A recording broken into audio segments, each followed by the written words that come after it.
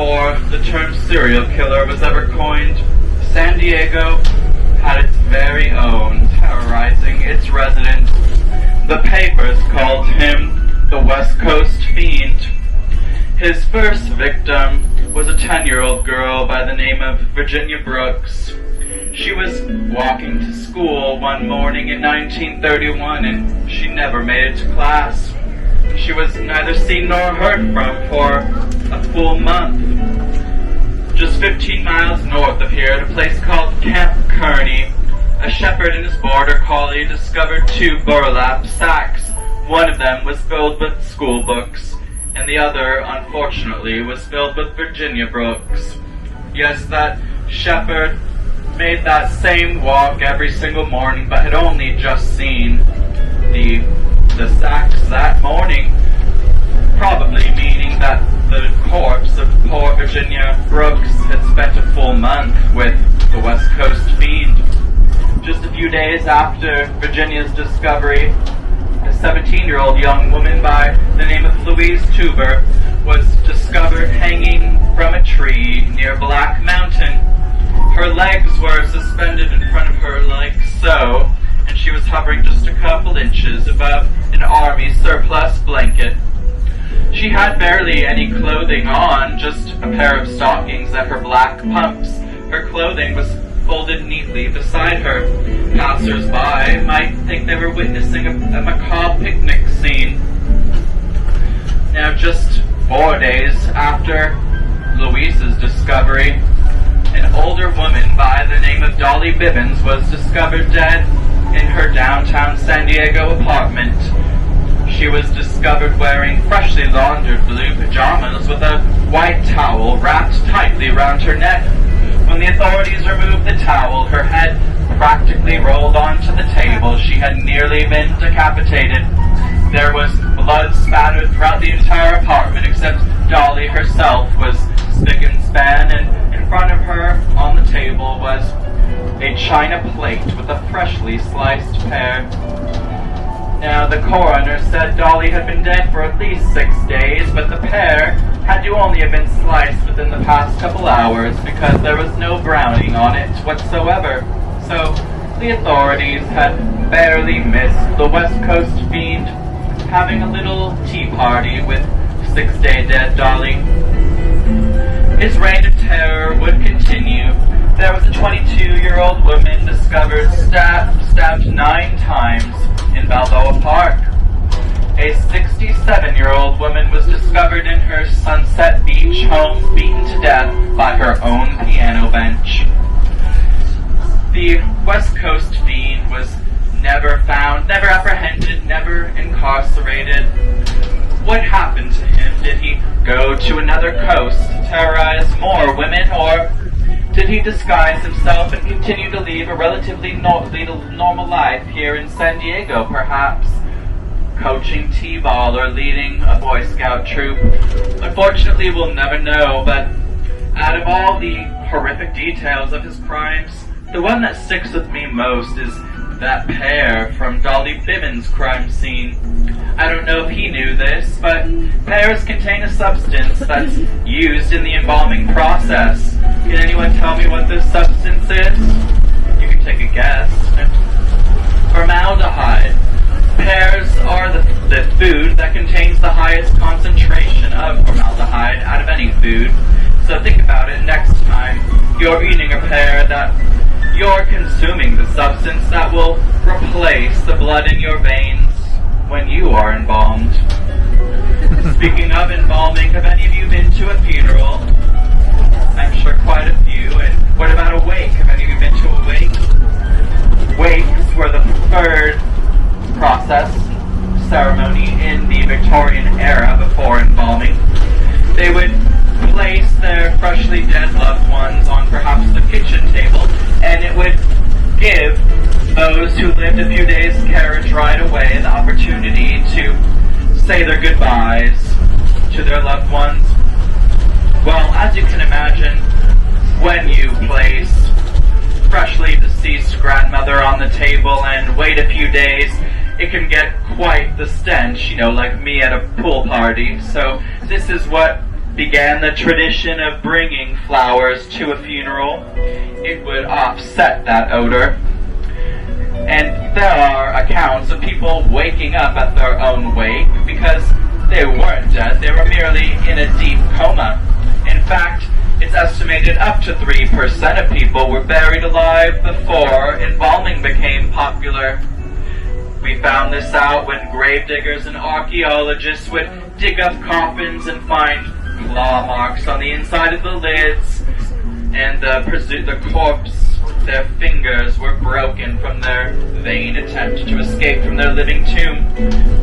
The Victorians were so scared of being buried alive that one of them even developed an invention to assuage this fear. His name was George Bateson, and his device was called the Bateson Belfry. It was a simple affair that involved a string being tied round the toe or finger of the presumed deceased. It would be led up through a pipe and connected to a bell at the surface. So if you were to wake up inside your coffin, all you had to do was waggle your finger and toe and hope that whoever was on graveyard shift wasn't taking a nap, and you'd be saved by the bell. This is also where we got the phrase dead ringer. You know, George Bateson never got a chance to try out his own invention because he was so afraid of being buried alive that he burned himself alive. Problem solved, I guess. Another way that corpses were preserved to bring them from one place to another is by putting them in a liquor barrel. And there are accounts of people who tapped into these rum or whiskey barrels and drank the contents, not knowing until all the booze was gone how grave their error was, that they were not drinking out of a cask, but a casket. Do you think there was ever anyone so desperate that they drank out of one of these barrels knowing full well what was inside? Yes, I believe Cave Couts would have if there was nothing else for him to drink. But all this talk of death puts me in the mood for a song. Do any of you know the hearse song? Well, even if you don't, feel free to sing along. It goes a little something like this. Don't you ever laugh as a hearse goes by, for you may be the next to die. They'll wrap you up in bloody sheets and drop you 6 feet underneath.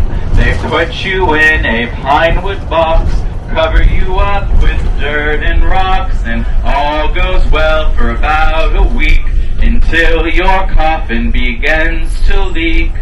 That's when the worms crawl in, the worms crawl out, the worms play pinochle on your snout. They eat your eyes, they eat your nose as you begin to decompose. A slimy beetle with demon's eyes eats your stomach, crawls out your sides. Your stomach turns to rancid grease, and pus comes out like melted cheese.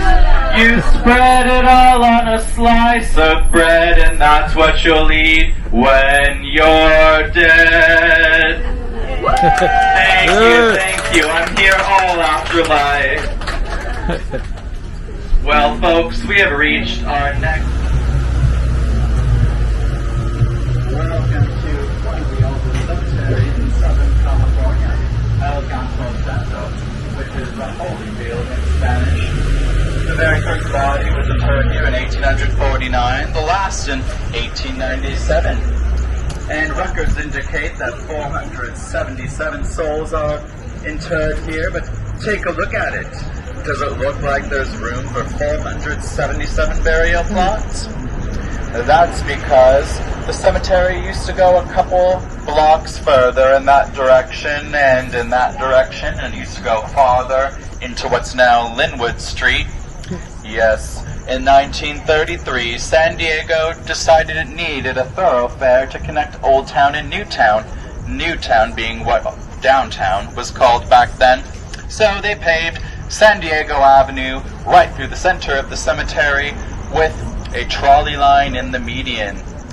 Yes, desecrating the dead is a proud San Diego tradition.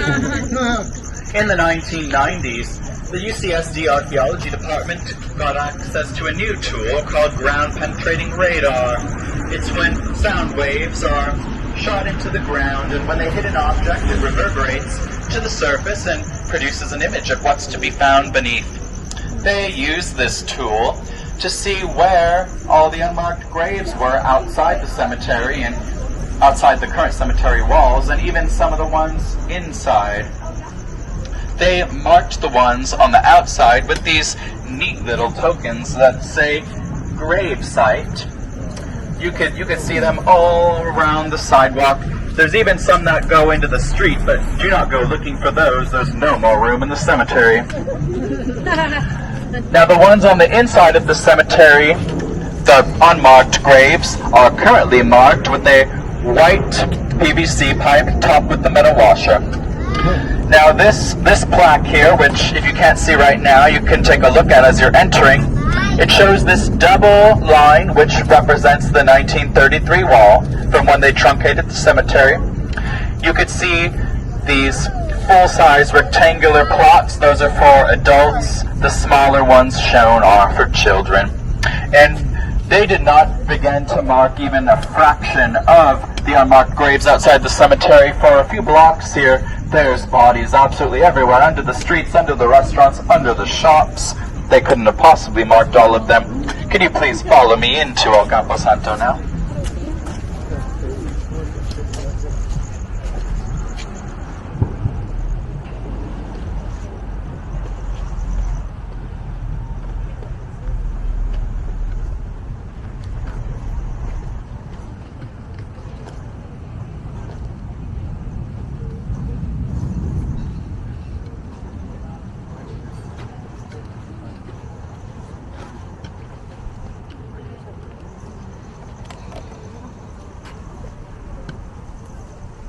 Before we meet a few of the residents here, let's talk about these, which are called the paling fences. Now, these used to go all the way inside the ground, and the idea was that when your freshly deceased great aunt was interred here, it was meant to prevent critters from trying to come and feast on her flesh. So if, let's say, a coyote tried to jump over, it would be impaled on these spikes, and you'd get a lovely red splotch on your white fence. But that is why they were called paling fences. Now, when the population of Old Town increased, there was less need for paling fences, but they continued to be used as a status symbol. They also began to construct them out of wrought iron, as you'll see as we come by here. So you could start following me over this way, please. So the larger and more ornate your paling fence, the more important and wealthy you were when you were living.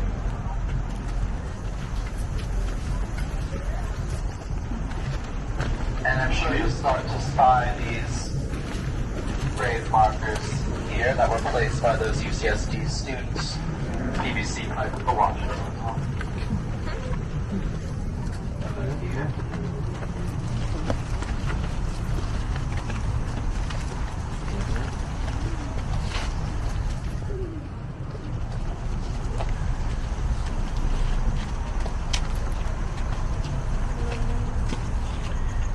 This here is the grave of Raphael Muris.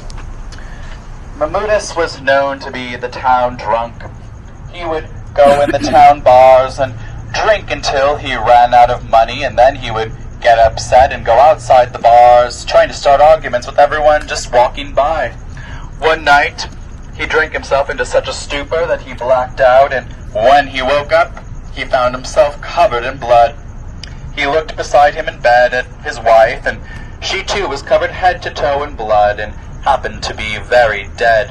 It didn't take long for Raphael to deduce who the killer was. It was him. In his fear, he immediately ran to Immaculate Conception Church and confessed his sin to Reverend Ubach. Of course you remember Reverend Ubach from Pioneer Park, the one with the big granite cross. Well, the good Reverend, in his wisdom, decided not to report Raphael to the authorities, for it would have gotten him the noose for sure. But this came with 3 conditions. Firstly, Raphael was not to touch a drop of alcohol again in his life. Second, he was to become the bell ringer for the church, attending every mass and ringing the bell to signal start of service. And thirdly, he was also to become the grave digger for El Campo Santo, digging every grave as it became necessary. So, glad to be spared his life, he did rise to the occasion and follow all 3 conditions. He never touched a drop of alcohol to his lips ever again. He went to every mass and he rang that bell, and he became the cemetery's grave digger, beginning by digging the grave of his own wife and ending with his own grave at the ripe old age of 96, and they dropped him in it just 2 years later when he died at 98.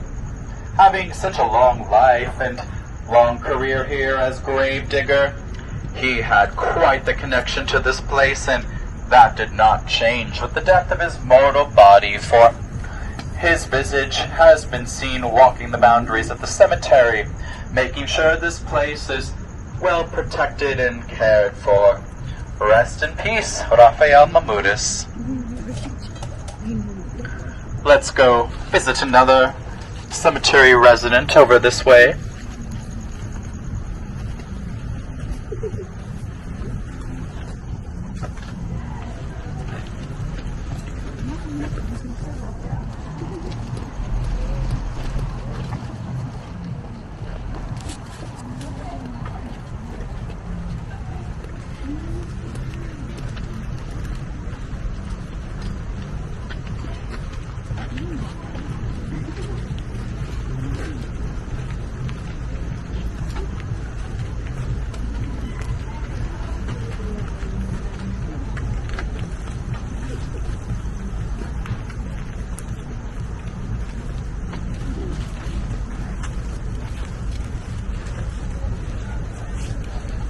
You see before you the grave of Anita Gillis, a young girl who was much beloved. She died, unfortunately, at a very young age from scarlet fever, as did many of the young of her day. She was one of the few lucky ones who got her own marked grave here.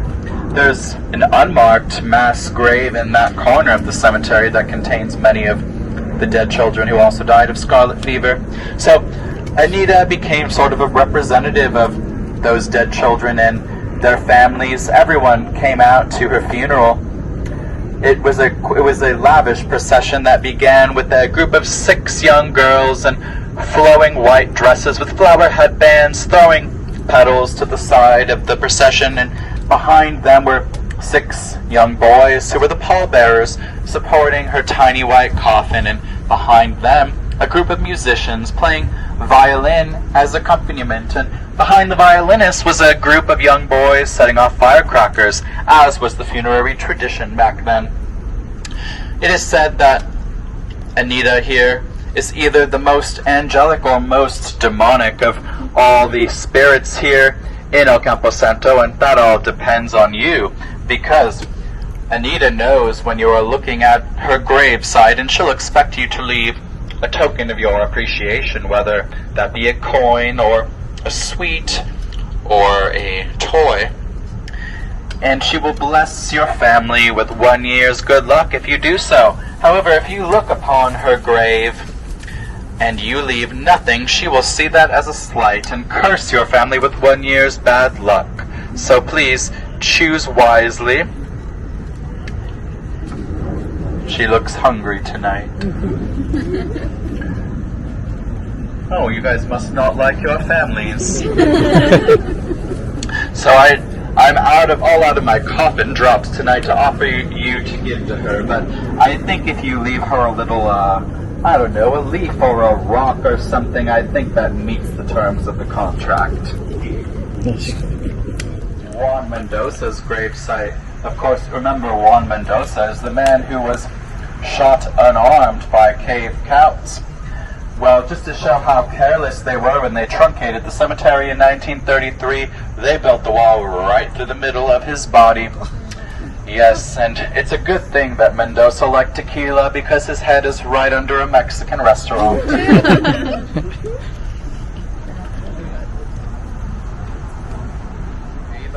Thomas Tanner. He was an actor from Baltimore, Maryland. He had an acting troupe, and they were the very first to open a commercial theater here in San Diego. They opened it up in the second story of Thomas Whaley's house. It was a fairly small room for a theater, but apparently they were able to fit 150 people inside. People were smaller back then. Well, they opened a popular and well-reviewed show, but only 17 nights after opening night, Thomas Tanner was found dead. Mysterious causes in the back room of the theater.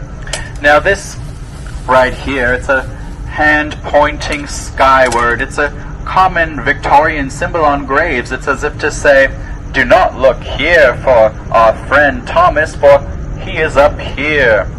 But, you know, people do report that he is still down here. They see him around the old theater or around his gravesite. Young women report of feeling a tug on their hair or a hand on the small of their back when there's no one around them.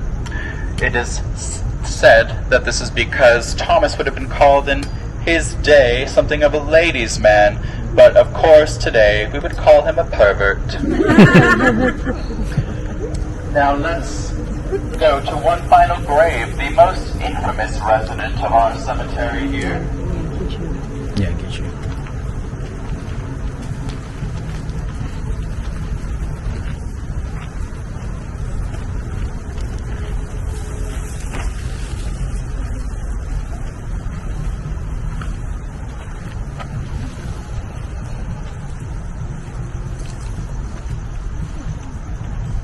This here is the grave of James Robinson, or much better known as Yankee Jim.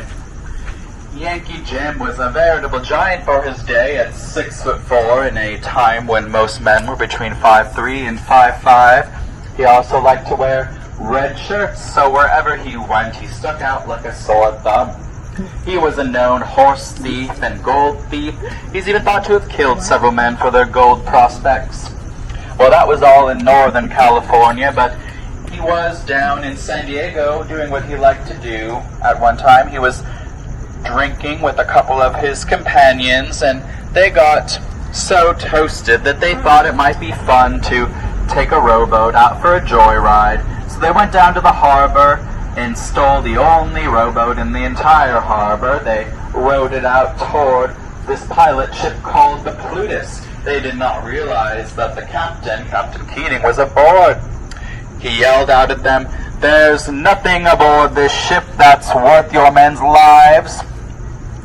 Well, they did not heed his warning, but he got out his gun and he shot several warning shots around the water where the rowboat was, so they did heed it this time. They immediately returned to shore, but Captain Keating was able to identify all three men, and they were quickly dragged into court within a few days and read out their sentences.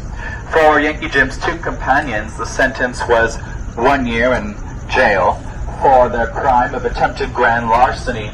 So naturally, Yankee Jim was expecting the same sentence for the same crime, but they must have been using him as an example or considering his previous crimes, because when they read out his sentence, it was death by hanging. He did not believe it. He thought they were pulling his leg. It did not seem fair to him, so he laughed it off. But they did set a date for the hanging, and you know, back then, before cinema or Netflix or theme parks, hangings were quite the family occasion. You would set up a picnic basket and take your family out to the execution grounds to see justice be done. So they set the date, they built the gallows. It was a simple affair of a wooden support holding a noose that was set over a rolling platform that would be connected to a horse. So the day of the hanging came. There were many San Diegans in attendance. Yankee Jim had the noose around his neck.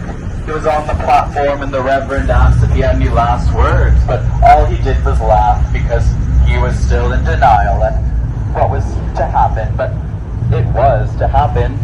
The executioner, he hit the horse on the fanny and the horse ran and the platform gave way and Yankee Jim fell, but you know, the gallows did not do what it was designed to do that day.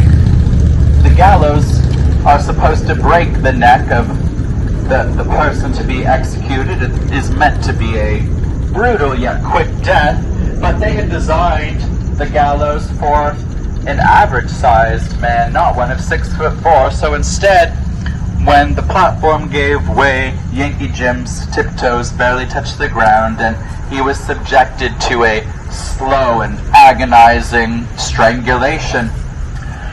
It was horrifying for the people in the audience to witness.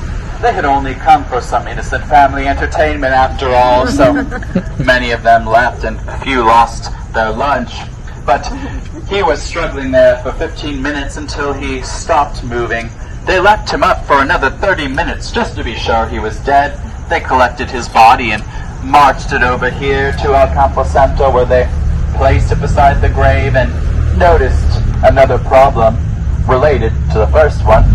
His coffin was nowhere near large enough for a man of 6'4", but what were they going to do? He was a common criminal. Were they going to make a custom coffin? Absolutely not. They made the executive decision to take one leg and pull it as far back behind his ear as possible, and did the same with the other one until they both cracked back there, and they put his body into the coffin, shut the lid, and that was that. So, if you ever see a very unpleased looking ghost walking from the execution grounds over to El Campo Santo looking something like this, well, that is Yankee Jim. Ooh. And do say hi for me. Let's all head over to our final destination, folks.